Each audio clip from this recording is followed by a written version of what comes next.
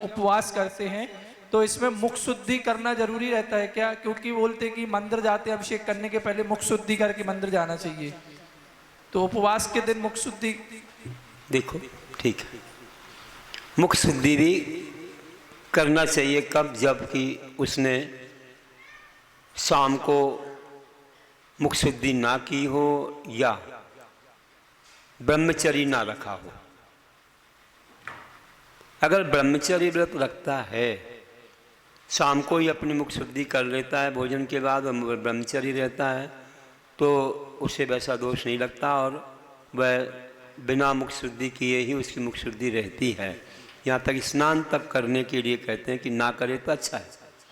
अगर भगवान का अभिषेक को कोई ना हो, आहार देने के लिए कोई कमी हो तो स्नान करता है, कोई जिम्मेदारियाँ हों तो, नहीं तो स्नान भी ना करे। स्नान नांदन नस्याना, ऐसे रत्नगढ़ श्रावकाचार में 2000 वर्ष पहले आचार्य समन्वय स्वामी ने लिखा है। सबसे प्रथम श्रावकाचार 35 श्रावकाचारों में है, उसमें उन्होंने स्नान तक करने का त्याग बताया। तो मुख शुद्धि कैसे करेगा? बिना स्नान के मुख में कैसे पानी डालेगा?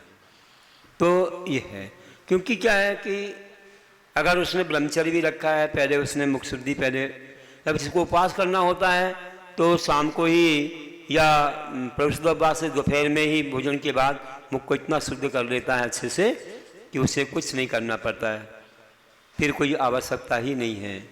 ऐसा है। अब अचानक कोई उपवास ले रहा है, मन में आए तो मुख शुद्धि करके उपवास ले ले, उसी दिन ले रहा है मानो, तो उसे करना पड़ता है, नहीं तो कोई ज़रूरी नहीं है। ऐसे जो लोग बोलते हैं उनको इतना गहराई से ज्ञान नहीं है। क्या आवश्यकता है? महाराज जी लोग भी मंदिर जाते हैं, क्या मुख शुद्धि करते हैं? जो व्रती लोग रहते हैं, प्रतिमाधारी, सामान्य प्रतिमाधारी भी, जो जैसे ब्रह्मचारी हैं, ब्रह्मचारी व्रत है, वे लोग तो आहार के समय ही मुख शुद्धि करते हैं कि आहार करने के पहले अगर किसी को लगता है ऐसा तो कुल्ला करके वे आहार लेते हैं, और नहीं लगता है ऐसा कुछ उनको तो वे आहार के बाद ही कुल्ला करते हैं।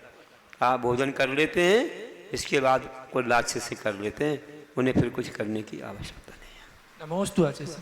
बोलिए महावीर।